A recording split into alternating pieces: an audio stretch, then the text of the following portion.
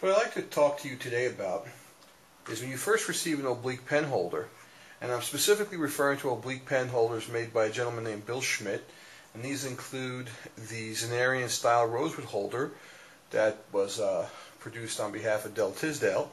It's the holder that I personally use. There's also the Century oblique holders, both the regular and 5/8 holder. And so when you get these pen holders, you'll see they have this brass flange in them. That's the nice thing about these pen holders. They're made in the style of the old Masters holders. And what I mean by this is that they have an adjustable flange. This flange can be bent. However, sometimes when you get these pen holders, what happens is people can't get their pen to go into the actual flange. And the reason for that is when the flange is first cut, sometimes on the edge of this metal here, there can be flash or metal flash left over. So what you have to do is clean that out. And the easiest way to get your nib to go into one of these holders is to grip the pen like I'm doing now, okay? And so essentially what you want to do is put your thumb behind the flange, as I'm doing right here, and just exert a little forward motion with the thumb to get the flange to move up. These particular pen holders are not cemented in as far as the flange goes, okay? These can be removed. So I'm actually, you see I've got the thing extended out now, okay?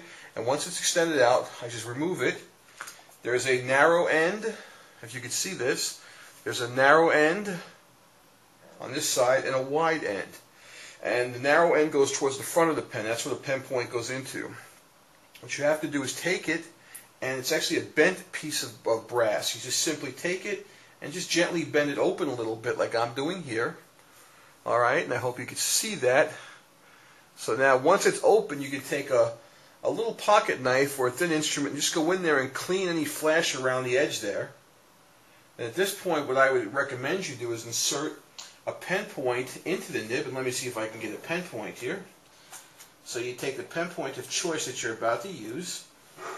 You would insert this in to the pen holder within your hand, into the narrow end, insert it all the way in.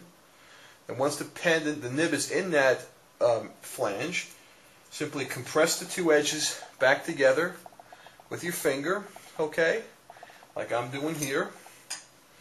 Take your pen holder, find the slot, compress the flange together, and insert the large or the thicker end in first. And just insert the thing all the way into the pen holder until it's firmly seated. Alright, as you do that, you want to compress the wood so you don't fracture the wood.